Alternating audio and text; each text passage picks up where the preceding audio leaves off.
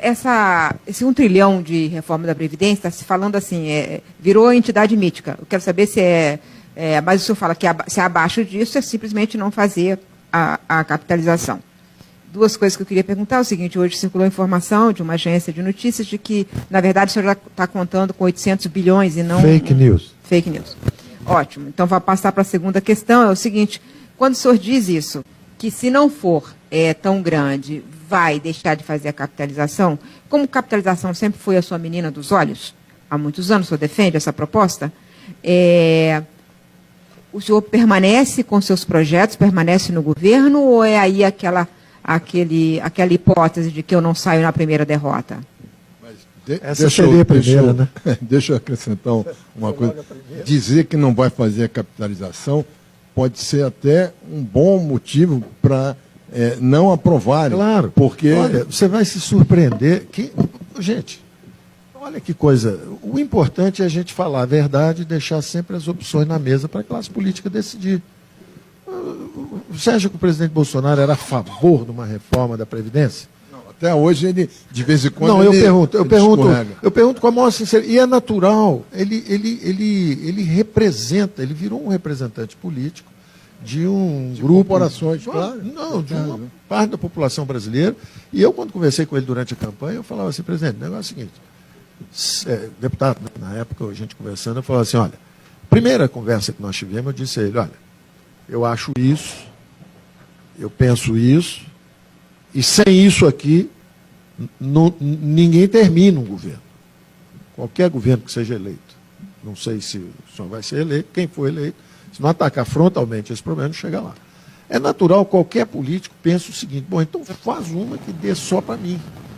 Faz umazinha aí que dê para mim. Ele não falou assim, ele nunca falou assim. Ele falou: olha, Paulo, eu não posso votar. Essa confusão que está no Brasil, uma roubalheira danada. O pessoal me aprova, me apoia, me elege para protegê-los. E eu vou chegar lá enquanto... Vamos fazer o seguinte: muda o jogo todo, muda essa confusão toda, essa forma aí que está acontecendo, e aí você me elege para mudar isso, aí eu tenho que subir a responsabilidade de olhar por tudo. E aí tudo bem, eu vou apoiar isso daí. E tem me apoiado da forma dele. Não foi fácil para ele, não é fácil para ele. Deve ser muito difícil. Ele foi, entregou em mãos. Eu vi ele pedindo desculpa lá, entregando em mãos lá pro Rodrigo a proposta, dizendo: olha, eu errei no passado, votei de uma forma que eu até acho que ele, defendendo quem votou nele, nem errou. Ele estava sendo íntegro. Ele falou: eu tenho uma dificuldade tremenda num governo como esse aí. Falei: mas eles vão aprovar, melhor eles fazerem do que vai sobrar para você fazer depois. Paulo, eu não consigo fazer nesse governo. No outro eu até consigo. Nesse eu não consigo. Eu recebi um mandato como deputado para defender esse pessoal. Eu vou defender. Se eu for presidente do Brasil, é outro mandato. Eu tenho que pensar. Vai ser a coisa mais difícil para mim. Então eu não posso querer que agora ele entre e... vamos embora, vamos com tudo, 100%. Pode ser até que secretamente ele pense que uma reforma de menos potência até aumente a probabilidade dele de ser reeleito. Ao contrário, estão pensando, não, dá menos para ele. Ele, opa, que bom, deram menos.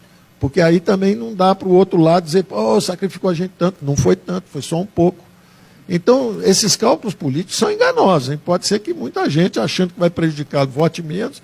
Pode ser que olhe e fale: pô, ainda bem que o meu ministro era meio exagerado mesmo, que a turma resolveu fazer menos, vamos embora, vamos com tudo.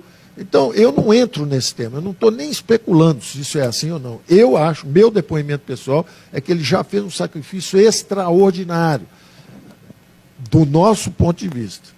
Ó, eu quero, tem que estar todo mundo, os militares, 97 bi. Ah, mas pediram uma compensação. Isso é outro papo. Eu acho que o presidente é uma pessoa autêntica. Ele é daquele jeito mesmo, ele é simples, ele é determinado, ele é resiliente. Eu acho que o desafio é de todos nós, não é só dele. Eu acho que quando... eu acho que uma lei básica de relacionamento é respeitar para ser respeitado. E vale para os dois lados, vale para todo mundo. Quer dizer, se eu desrespeitar o Congresso não vai me respeitar. Se a mídia não respeitar o presidente muito dificilmente vai respeitar a mídia. Se o presidente não respeitar a política não vai respeitá-lo. Então, o respeito, no sentido correto do termo, não é no sentido, é no sentido de saber que nós somos uma cooperação, nós somos uma organização descentralizada, onde há inteligências descentralizadas, tem que haver uma cooperação. Então, eu atribuo tudo isso a um choque de acomodação. Tem um grupo que vem marchando, eu usei essas expressões às vezes entre nós lá, o grupo vem marchando, tem lá, chegou a turma do lado de lá, tem duas margens do rio, uma margem está conquistada, mas para governar você precisa das duas margens, a sua margem de eleitores você já conquistou. E você é do tamanho do seu adversário. Seu adversário é mobilizador, não é coincidência que chegou alguém mobilizador para enfrentar essa onda, que era o petismo também. Eu pergunto, para os dois, diante da acelerada degradação do capital político do presidente, medida nas últimas pesquisas, ele hoje não seria eleito presidente, se fosse candidato. Os senhores acham que esse clima pode contaminar o Congresso Nacional? Obviamente que não as lideranças, não os chefes das duas casas, mas pode contaminar o clima de entendimento dentro do Congresso? O senhor, ministro da Fazenda, tem medo dessa deterioração do capital? E o senhor, presidente da Câmara, acha que o Congresso pode recuar diante disso? Não tenho medo, não, sabe? Eu acho o seguinte, pessoal, e aí é uma questão de botar a cabeça na consciência, botar a mão na consciência e pensar o seguinte: foram quantos governos? O centro-esquerda? O Sarney, Ulisses, Tancredo, aquilo era. Eu sei porque eu fui também convidado para o Banco Central do Tancredo na época. O Simons deu meu nome, o Delfim deu meu nome, o Dornelles me convidou para conversar. Eu tinha acabado de fundar um banco na época e eu achava, assim que o Tancredo morreu, eu achei que a parte fiscal ia dominar a outra. E tanto que o Banco Central para o qual foi convidado caiu 3 meses depois. Eu fiz a escolha certa de não ir. Você tem o Collor 2 anos aí, a centro-esquerda volta de novo, com o Itamar. Depois você tem o Fernando Henrique de novo, depois você tem o Lula 2 vezes, depois você tem a Dilma 2 vezes. Tem 60 dias que o Congresso Novo chegou. Será que a gente tem que falar que caiu a popularidade do presidente, que o presidente agora vai ter um problema terrível? Quer dizer, eu digo do ponto de vista político. Acabou de ter uma eleição. Então caiu a popularidade, tudo bem, cai sempre. Caiu mais dessa vez, sorry, friends. Caiu mais.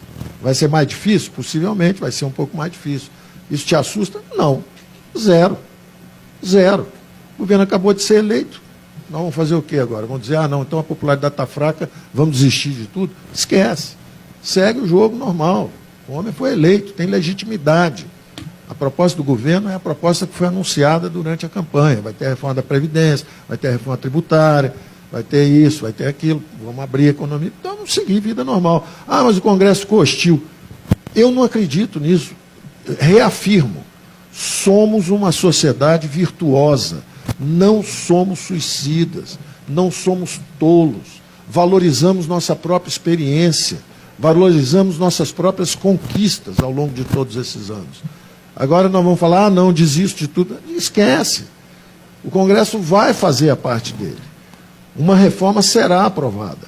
Pode não ser muito, pode ser menos, uma reforma será aprovada. Eu não tenho dúvida disso. Os governadores estão quebrados. Os prefeitos estão quebrados. A União tem fôlego. A União pode esperar.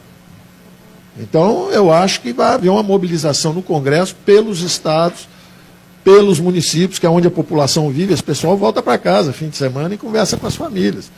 E já está, não é só a queda da popularidade, não, é também o desagrado com a política. A turma que ganhou a eleição ganhou falando o seguinte: olha, a turma lá não está funcionando. E não funciona nem assim. Nem trocando não funcionou, não resolveu nada. Isso é ruim para todos nós. Então eu não acho que a mídia vai ficar no mesmo ritmo que estava na campanha, só batendo. Eu acho que ela vai construir. Eu acho também que o presidente, depois da crise de acomodação, entende que ele tem que governar com todo mundo. Ele só não quer governar do jeito que ele acha que era e que ele prometeu que não seria. Mas os bons interlocutores vão fazer a nova política. Porque está cheio de gente boa que fez coisas corretas aqui bastante tempo e que vai querer trilhar esse caminho. A mídia vai ser construtiva, o Congresso vai ser construtivo, o governo sabe que precisa dessas pontes. Não há razão para nós acharmos que a coisa vai degringolar. Eu, sinceramente, não acredito nisso. Né? Não acredito nisso. Vou dar todo o meu melhor esforço, porque acredito, e sempre me perguntavam isso, não é temerário, não é isso, não é aquilo. Eu falei, não, eu confio nessa dinâmica nossa, eu confio no que nós estamos fazendo, confio na nossa capacidade de discernimento, e de saber que tem hora que você disputa uma eleição, tem hora que você espera, você perdeu a eleição, você espera, em vez de você tumultuar. Porque o tumulto não interessa para ninguém, é jogar fora tudo que nós fizemos até hoje. Não interessa para ninguém. Então, eu estou muito seguro quanto a isso, eu senti muito isso nos contatos. Governador do PT, não sei, chega, olha, estamos quebrados, está ruim mesmo, temos que fazer alguma coisa a respeito. Estou com uma dificuldade enorme, porque o partido tem essa dificuldade de assumir isso assim. Mas, se vocês fizerem a reforma, olha, mas se fizer a reforma, por exemplo, se vocês vão falar mal da reforma, eu vou pedir para tirar, não fui nem eu, foi um político brilhante que deu essa ideia. Vamos tirar, então, estados e prefeituras da reforma. Porque se você joga pedra na reforma lá em Brasília, depois volta no estado e fala, olha, querem tirar a sua Previdência, mas você precisa da reforma da Previdência, ou você assume isso, ou a gente fala o seguinte, nós abrimos mão. Não vamos botar estados e municípios dentro, vamos aprovar uma reforma um pouco mais circunscrita só para a União. Pronto. Aí se o PT ficar só contra, ok, você é contra, você quebra. E também o plano de equilíbrio financeiro, tudo que o Rodrigo Maia falou. Nós temos um programa, você não vai jogar dinheiro para cima para gastar tudo outra vez e quebrar todo mundo de novo. É nesse sentido que ele falou, nós temos que aprovar coisas que sejam consistentes. Se não tiver, vai ter que economizar. Né? Se não tiver, vai ter que economizar. O que tem hoje é uma proposta de contingenciamento de 30 bi. Né? Então, é bom fazer a reforma. Se não fizer a reforma, senta todo mundo em cima da bola, continua os prefeitos quebrados, os governadores quebrados, vamos ver quem vai ser eleito o ano que vem, se chegarmos até lá, antes de uma convulsão econômica. Então, eu acredito no nosso bom senso, na nossa capacidade de discernimento. E não vou apostar na bagunça. Não vou apostar na bagunça. O máximo que eu vou fazer, quando começar uma bagunça, é sair da sala e ir embora para casa. É o máximo que eu vou fazer quando eu achar que está virando bagunça. É a mesma pergunta. Eu acho que tem duas variáveis. A primeira, o sistema ele não é... Tem um sistema, as posições não são isoladas. O desgaste do presidente e a perda de expectativa em relação ao crescimento econômico não atinge só o presidente. Atinge certamente o parlamento, atinge os prefeitos, os governadores. Então, acho que está todo mundo vendo a queda de avaliação do presidente muito rápido, por esse viés também. Claro que ele está mais fraco? Tá, às vezes um presidente mais fraco pode ser mais fácil, até para aprovar uma reforma. Eu estou falando só em tese, não estou criticando nem falando. A outra questão que eu acho que a gente pode avaliar o resultado da pesquisa, que governos políticas mais polarizadas, elas certamente geram uma avaliação mais polarizada. Eu dei uma entrevista umas 3, 4 semanas atrás, eu disse isso, que eu achava que a avaliação ia chegar um momento que ia ficar uma parte de um lado e uma parte igual do outro. E um grande centro aqui, esperando para ver o que vai acontecer. Então, eu acho que era natural, pela forma como o presidente se porta nos primeiros 3 meses, estimulando a polarização, estimulando as redes sociais dele, no campo inicial dele, que é o campo aquele inicial dos 15% a 18%, que a pesquisa caminhasse para a mesma coisa. Eu não acho que é nada grave, até porque 30%, né, num Brasil com uma crise que já vem há 5 anos, na verdade, não deve ser visto como um resultado ruim. Agora, é claro, as expectativas vão piorando, e pioram para a gente também. Então, nós também temos responsabilidade. Quando a Dilma estava no fundo do poço, o parlamento também estava no fundo do poço. Quando o Bolsonaro foi eleito, a avaliação do parlamento melhorou um pouquinho também. Não a mesma coisa, mas abre melhor. Já começa a piorar também. Então, ou a gente compreende que isso é um sistema onde todos são prejudicados ou beneficiados pela recessão permanente que as pessoas vivem no seu dia a dia, ou também vai todo mundo para o mesmo caminho, né, para o precipício em conjunto. Né? Olha, Só para indicar aqui, o Pedro Dias Leite quer fazer pergunta, e também o Guilherme Amaro, não é isso? Tem 2 perguntas da mesa, uma para o deputado Rodrigo Maia e outra para o ministro Paulo Guedes. Para o deputado é que o senhor, várias vezes na sua fala, disse que deixou articulação por causa de uma falta de compreensão, e houve uma percepção aqui de que talvez o senhor ainda esteja magoado com o presidente Bolsonaro pela atuação. De jeito nenhum. Então já está E facilita a minha vida. Você sabe o que é administrar 350 pessoas? Né? Todos iguais? Porque o poder legislativo é diferente do poder executivo. Eu nomeio o meu ministro, eu determino o que ele faça. O presidente da Câmara, ele coordena 512 deputados, todos iguais. Né? Eu recebo na residência da Câmara, todo dia, mais de 50, 60 deputados. Né? Sexta, sábado, domingo, segunda. Vim morar em Brasília por isso. Então, é diferente ser presidente da Câmara do que ser presidente da República no sistema presidencialista. Então, eu não estou chateado. Eu compreendo que eu imaginava que a gente pudesse ter um governo, uma presidência de coalizão. O presidente discorda. E eu respeito ele. Talvez tenha razão, talvez eu tenha uma interpretação equivocada do que seria uma articulação entre o Executivo e o Legislativo. Agora, só não vou ficar no meio dessa briga, levando pancada, né, da base eleitoral do presidente. Só isso. Também não sou obrigado a me submeter a... Não vou ser mulher de malandro, ficar apanhando e achar bom. Não é só isso que não. Entendeu? Agora, o meu papel de estar aqui hoje, né, de ter ido a São Paulo sexta para um evento, estar indo quarta-feira para os Estados Unidos para fazer outro evento e logo em seguida voltar, isso eu continuo fazendo, porque eu tenho certeza que para a política a reforma da Previdência é o coração da recuperação do respeito da política com a sociedade. Obrigado, deputado. O permanente pedido de estados e municípios, às vezes falando da Lei Candir, às vezes falando do FEX, às vezes falando da sessão onerosa. E eu quero atender isso de uma forma orgânica, como disse o presidente. Eu quero atender isso de uma forma certa, para sempre. Não é ficar cada ano um pacotinho aqui, te dou um pedacinho, você sobrevive um ano que vem você volta, não fez os ajustes necessários, entendeu? Então, isso aí envolve fortalecimento dos TCEs, que muitas vezes foram cúmplices de governos estaduais, entregaram o governo estadual quebrado. Então o TCU tem que ensinar para o TCE como é que faz a coisa direito, para o dinheiro não se desviar. Mas ao mesmo tempo você tem que apostar na democracia. Você não dá o dinheiro para o prefeito porque acha que ele não sabe gerir, mas dá o dinheiro para o Manteiga, para a Dilma, que nunca geriram uma banca de jornal, e de repente os caras estão gerindo e faz um buraco de 5 bi aqui, 20 bi ali, 30 bi ali, e está tudo bem. Aí se o prefeito fizer, isso é um princípio de administração mesmo. Se for para cometer o erro, comete ali na prefeitura, que o buraco é menor, e perde a próxima eleição. Eu não posso, a pretexto de dizer que o prefeito não sabe investir, que isso é uma descrença na democracia. Não, eu preciso controlar o prefeito, não posso deixar ele fazer buraco na rua, não. Deixa ele fazer o que ele quiser e perde a próxima eleição. Que diabo é isso? Só vou passar o dinheiro se ele for obrigado a fazer uma Itaiutu-Obras. Ele tem que fazer um investimento que todos vejam que é um investimento. O problema é o prefeito, pô, ele foi eleito. Ele é que sabe o que ele vai fazer com o dinheiro, ou nós vamos regular o que ele faz com o dinheiro agora também. Entendeu? Agora, se quiser passar o futuro, esse dinheiro todo do pré-sal, essa riqueza toda condicionada, passem também. Olha que bela pauta. Isso não é um assunto muito mais interessante para uma classe política discutir? Essa é a pauta, essa é a agenda nossa. O que eu pedi foi atendido, quero o sacrifício aqui, e qualquer plano de ajuste, mesmo com compensação, tem que respeitar a ideia de fazer um superado do lado de cá e do lado de lá não causar déficits anuais para a gente. Então você dá, tira, não pode piorar o nosso problema de jeito nenhum fiscal. Bom, eu queria falar um pouco de uma coisa que o Rodrigo falou antes, que é esse negócio da desindexação, desvinculação, desobrigação. Eu estou conversando com prefeitos e governadores, impressionante como, por exemplo, um prefeito, o prefeito de uma grande cidade do sul do Brasil falou assim, o meu problema é salário de funcionalismo.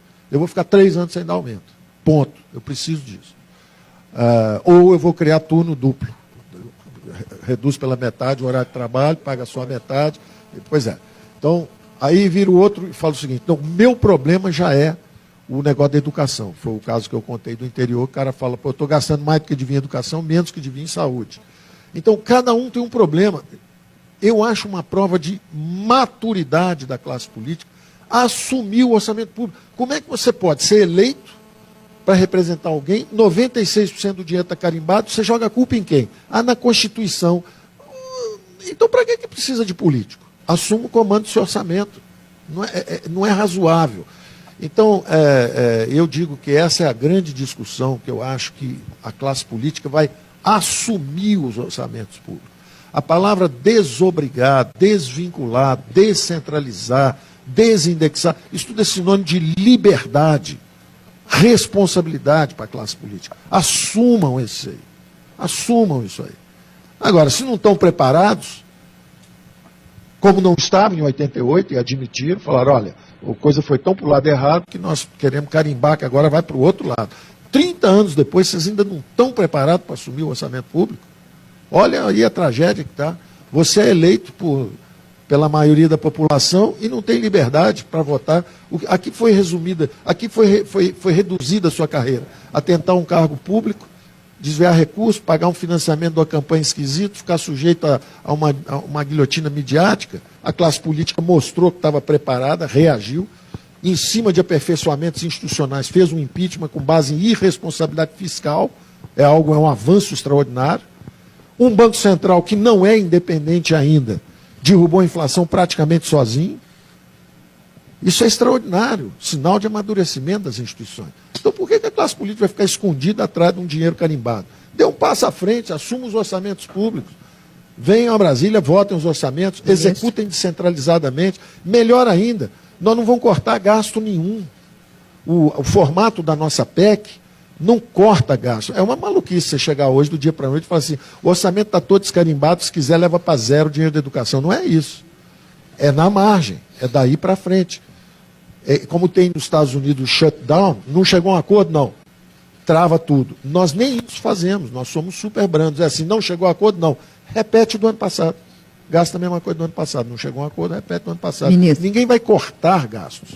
E finalmente, só a potência. Eu quero mostrar, gente, que você muda a história. Se você passar de um sistema de repartição para um sistema de capitalização, por isso que eu enfatizo 1 trilhão, você está falando de uma mudança de regime previdenciário.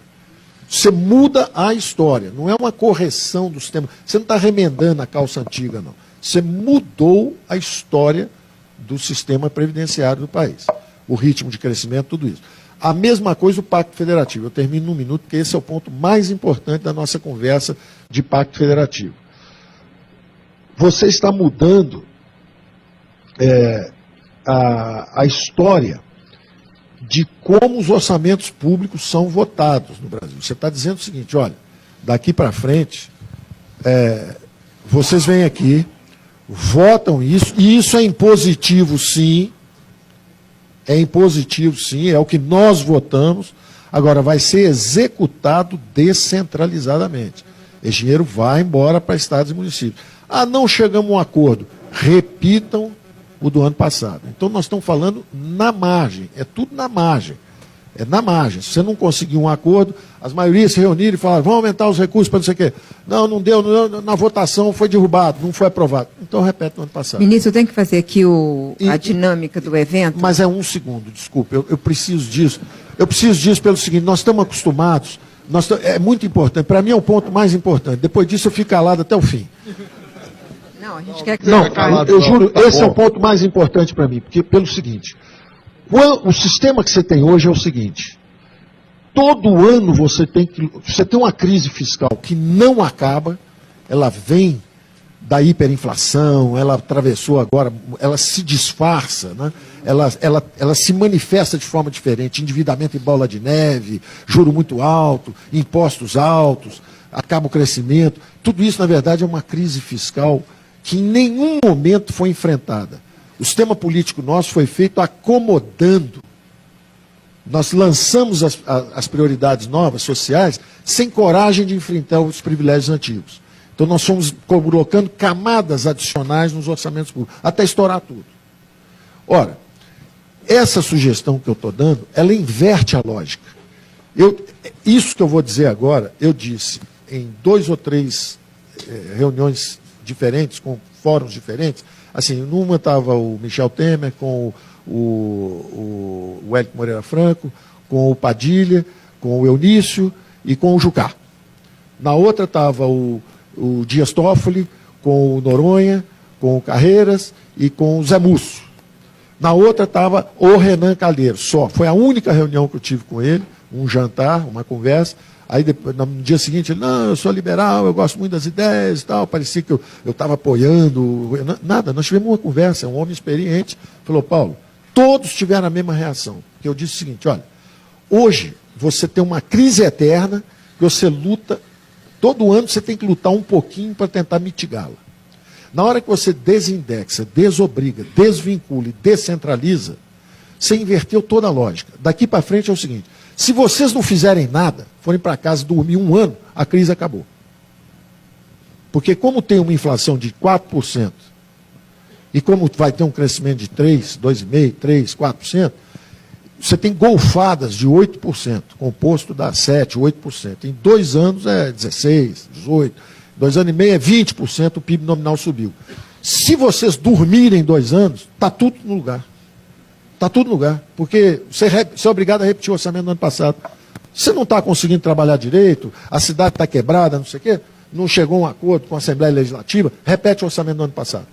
Então, é um mecanismo de desarme de crise. A classe política tem que trabalhar muito para fazer uma crise. Se ela não fizer nada, a crise acaba em 1 ano e meio. Então, esse é o ponto. Você devolver os orçamentos para a classe política, o que você está dizendo é o seguinte, senhores, se vocês não fizerem nada, a crise acaba em 1 ano e meio, 2, porque os gastos não aumentam. Eu não tenho que cortar nada, eu não tenho que mandar ninguém embora, não tenho que cortar nada. Eu só tenho que repetir o gasto do ano passado. Porque, claro, os gastos são descontrolados. Vocês gastam sem perguntar por quê, como, onde. Então, basta repetir o do ano passado. O Merval fez uma pergunta e ele explicou um pouco, mas eu queria que ele fosse um pouquinho, se for possível, um pouco mais objetivo. Eu acho que é uma pergunta de $1 milhão. Passa ou não passa? Hoje passa. $1 trilhão.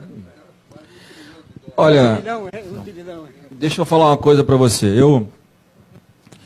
Eu votei todo o ajuste fiscal do governo Dilma, com Joaquim Levy.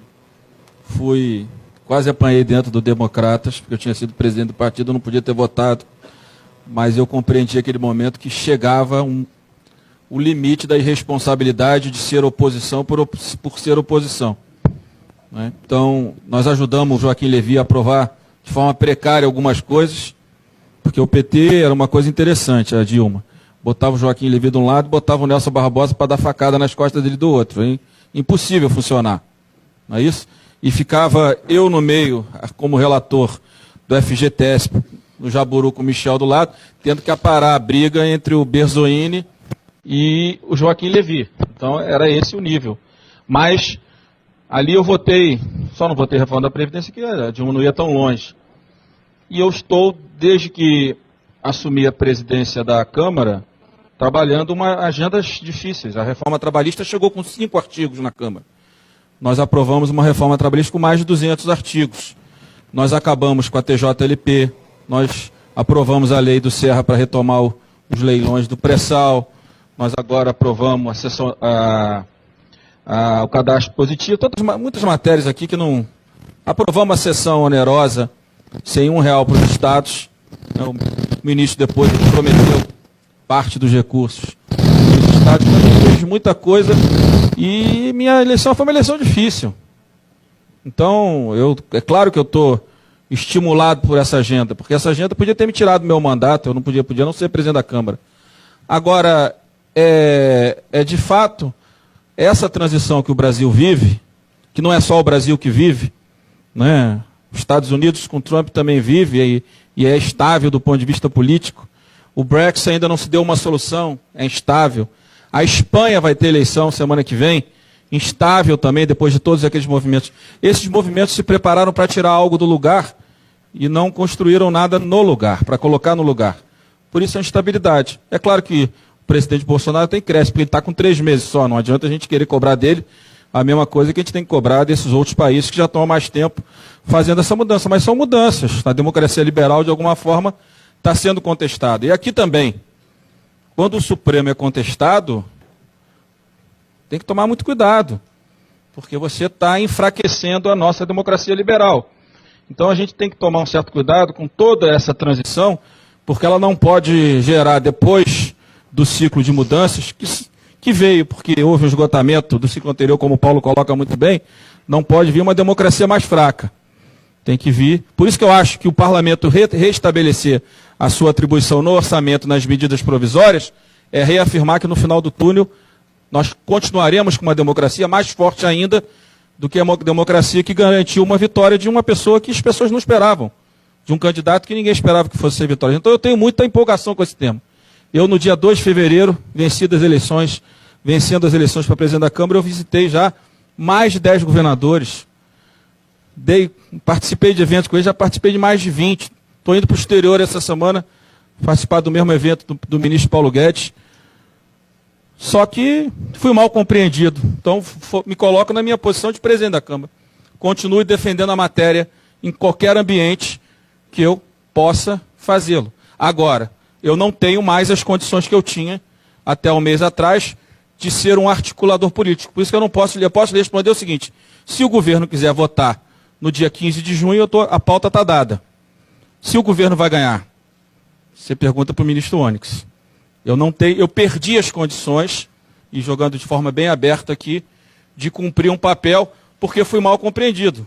Parecia que eu estava querendo me beneficiar de uma articulação política, né? E eu já estava 2 anos nesse processo, de frente, e você sabe que meu pai foi candidato na campanha, era em você eu voto, no seu filho eu não voto.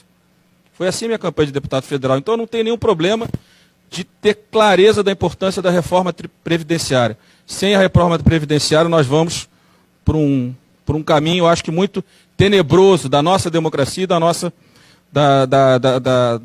do crescimento da nossa economia. Então eu não estou mais fechado, porque acho que me colocaram nesse papel.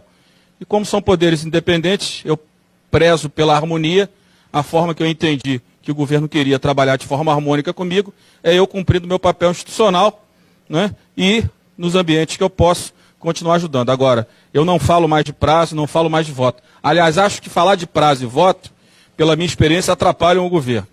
O governo falar que tem 200 votos hoje não faz a menor diferença, porque o que ele precisa é ter 308 votos no dia da votação, né? E a data é irrelevante se é um mês antes ou um mês depois. O importante é a economia. Se ela vai ser votada em junho ou em julho, ou em maio, para mim é irrelevante. O relevante é que a gente consiga 1 trilhão. Se conseguir 500 bilhões em junho e 1 trilhão em agosto, é melhor votar em agosto, porque esses são despesas de longo prazo. Então é só isso, estou participando de forma muito ativa. Teve um dia que eu visitei 3 governadores no mesmo dia, né? Infelizmente, quis o governo uma forma de articulação que eu respeito, até porque ele foi eleito para comandar num país onde é presidencialista, não é parlamentarista. Então, assim, nós devemos nos portar. O Lauro Jardim vai fazer pergunta e depois o Ascânio Seleme, que está lá, do outro lado. É uma pergunta da mesa, mais especificamente do José Augusto Fernandes, diretor da CNI. A propósito, o presidente Rodrigo Maia, da reforma tributária, que o senhor na semana passada falou em colocar em cena de novo, que reforma é essa e se ela inclui e em que ponto o IVA, o Imposto sobre Valor Agregado? Olha, nós sofremos alguns ataques à política, né? E nós entendemos que nós tínhamos que colocar as agendas para o debate na ordem cronológica correta. Primeiro a Previdência, depois a tributária. Nós tínhamos debate que veio da legislatura passada, da qual eu já era presidente da Câmara, que teve como base o projeto aprovado depois na comissão do Raul e o projeto do Bernardo Api, que nos ajudou, nos assessorou nesse projeto, nos assessora ainda, vai entregar nas próximas semanas um projeto sobre a questão dos dividendos, né, que é na linha do que o governo está propondo, né, mas nós vamos seguir uma ordem cronológica, até porque eu não tenho condição de fazer o debate da reforma tributária, que trata do IVA, claro, da unificação dos tributos federais e do ICMS num tributo só. Essa é a proposta do Bernardo Api, mas a nosso ponto de partida será, claro, junto com o ministro Paulo Guedes, que a gente quer ter um texto aprovado na CCJ, para quando o ministro Paulo Guedes entender que está na hora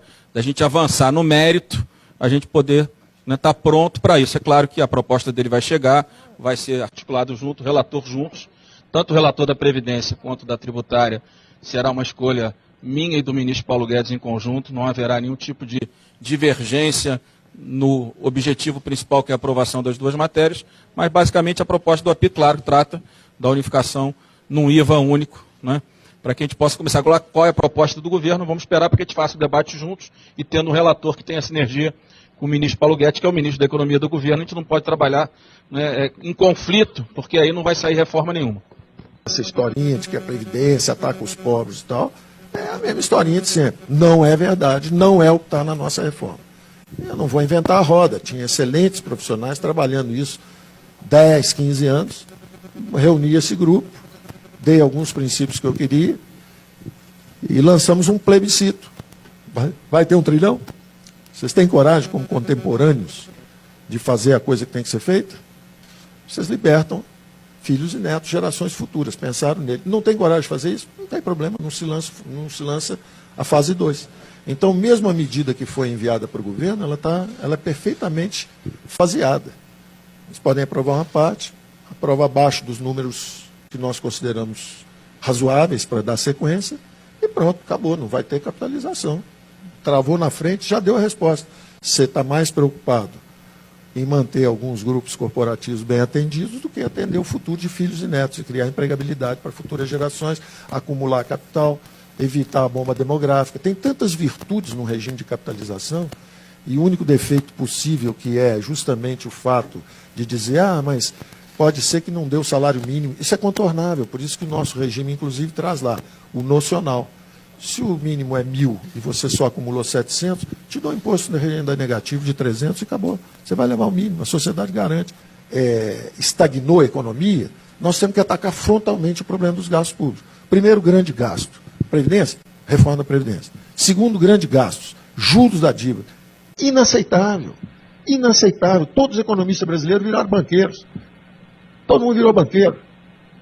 É pouco banco e muito economista. E todos esses economistas vivendo nos poucos bancos. O que é isso, na verdade? Aquilo é uma bomba de sucção de dinheiro. Virou o país dos rentistas.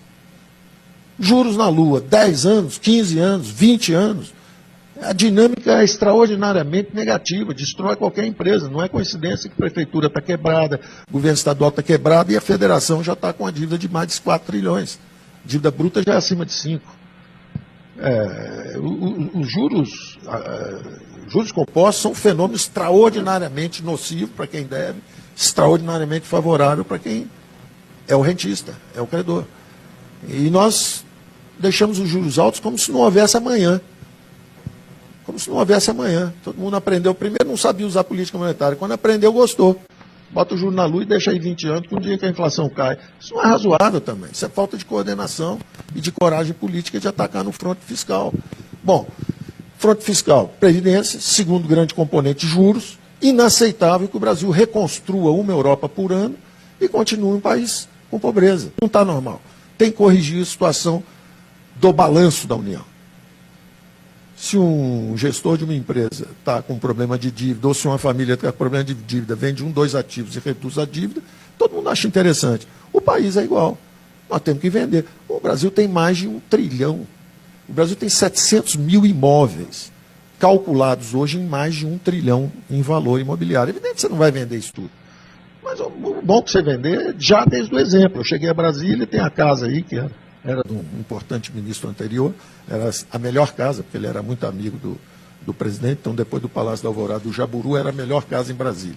Me ofereceram, eu falei, não, vende e mata a dívida, é simbólico. Vende os ativos, faz aí um pool, pega casas no lago, junta esse troço todo, flutua, vende para um fundo de fora, pagam, compram, reduz a dívida. O descaso com os ativos da União, a falta de compromisso com a gestão disso, redução de desperdício, é brutal. É brutal, é algo que ofende quem está acostumado com a iniciativa privada. Grande notícia, 50% do funcionalismo público federal se aposenta nos próximos 5 anos. Isso é uma grande notícia. Então o que nós fizemos? Primeira coisa, nessas medidas de 100 dias aí, primeira coisa, concurso público. Trava esse negócio aí. Agora nós vamos especificar o job description. Eu quero saber qual é a descrição, por que precisa, tem que preencher isso, tem que ter os atributos. Sem isso não tem concurso público. Trava esse troço aí, que aí vai desidratar pela metade. E vamos digitalizar esse negócio todo. Então acabou esse negócio de 8 assessoristas, 10 guarda-costas, 17, acabou esse troço. Trava esse troço, que passam uns 4, 5 anos, metade some, desaparece, evapora por aposentadoria. A gente não repõe. Ou a gente repõe com cuidado, calibrando direitinho. Então foi uma das primeiras coisas que nós fizemos. E aí as outras secretarias são absolutamente instrumentais. Por exemplo, a Receita Federal, nós puxamos para fora e criamos uma secretaria especial para sinalizar, e aí tem um símbolo, que é o seguinte: o ônus do imposto único. É claro que nós não vamos ter um imposto único, mas eu quero sinalizar brutalmente a simplificação. O negócio de 40 impostos, esse troço acabou, vai juntar esse troço todo e vai começar rápido. Vamos pegar o imposto, vamos pegar PIS, contribuição sobre lucro líquido, PIS, fim social, junta esse troço todo num negócio só. Nós vamos dar uma enxugada, vamos simplificar, eliminar impostos, reduzir, mas o que eu vou fazer é o seguinte: o compromisso é que nós vamos levantar a caixa o suficiente para ninguém ficar em dúvida. Então, meta para o BNDE, devolver 126 bilhões esse ano. Porque pedalaram o BNDES, né? Então nós vamos despedalar o BNDE. Então vai devolver 126 bi esse ano. Mais 80 bi de privatizações esse ano. Já são 200 bi. Então o déficit operacional vai ficar lá em 130, 120, não sabemos ainda. Quer dizer, isso é o que está programado pelo governo passado, porque o governo passado deixou um orçamento para esse ano. Então o governo passado deixou um orçamento para esse ano. O que é que nós vamos fazer? Nós vamos produzir dinheiro suficiente para mostrar: ó, não estamos nem preocupados com esse troço aí. Vamos vender ativo, nós vamos superar esse troço aí. Agora, o pau vai comer aqui. Nós vamos fazer dinheiro sair do chão aí de qualquer forma para mostrar que we mean business. Quer dizer, nós vamos fazer o ajuste, nós estamos aqui para mudar essas contas mesmo. Então, vem os 126 do BNDE, devolução, vem 80 de privatizações, são 200, vem mais 80 do que eles chamam de instrumento híbrido de crédito, que foram também alavancas para pedalaram também um pouquinho a Caixa, pedalaram também o Banco do Brasil, teve esse instrumento híbrido de crédito. Eu quero isso tudo de volta. Então a Caixa vai vender subsidiária para me pagar, o BNDE, o Banco do Brasil vai vender subsidiária para me pagar, paguem a União. Estão devendo. Foram alavancados, fizeram pedalagem, fizeram aí tudo aí que a Miriam escreveu esses últimos anos, todo pedalagem, pedalou fiscal, fez isso, fez aquilo, bolha, devolve. Estou pedindo para devolver tudo. Então vamos gerar um caixa forte esse ano para dizer o seguinte: ó, já estamos andando e vamos mudar estruturalmente daqui para frente com as reformas. Observação final que eu faria, ao contrário da minha expectativa quando cheguei aqui, porque eu esperava que essa visão fosse muito serena, que todo mundo entendesse: olha, foram vários governos de centro-esquerda, não tem problema nenhum, tem um negócio de centro-direita agora. E que houvesse serenidade de todo lado. Curiosamente, ao longo da campanha, eu falei: poxa, não vai ser tão sereno, não estão enxergando com tanta simplicidade e com tanta confiança como eu estou enxergando. Porque eu estou absolutamente confiante no nosso papel. Cada um de nós fazendo o seu papel. Eu não tenho medo de nenhum desvio em relação a isso. Nenhum desvio. Eu acho que cada um vai fazer o seu papel. Nós somos realmente uma democracia testada, flexível, abusada. Eu tenho absoluta segurança nessa dinâmica de uma sociedade aberta que somos nós.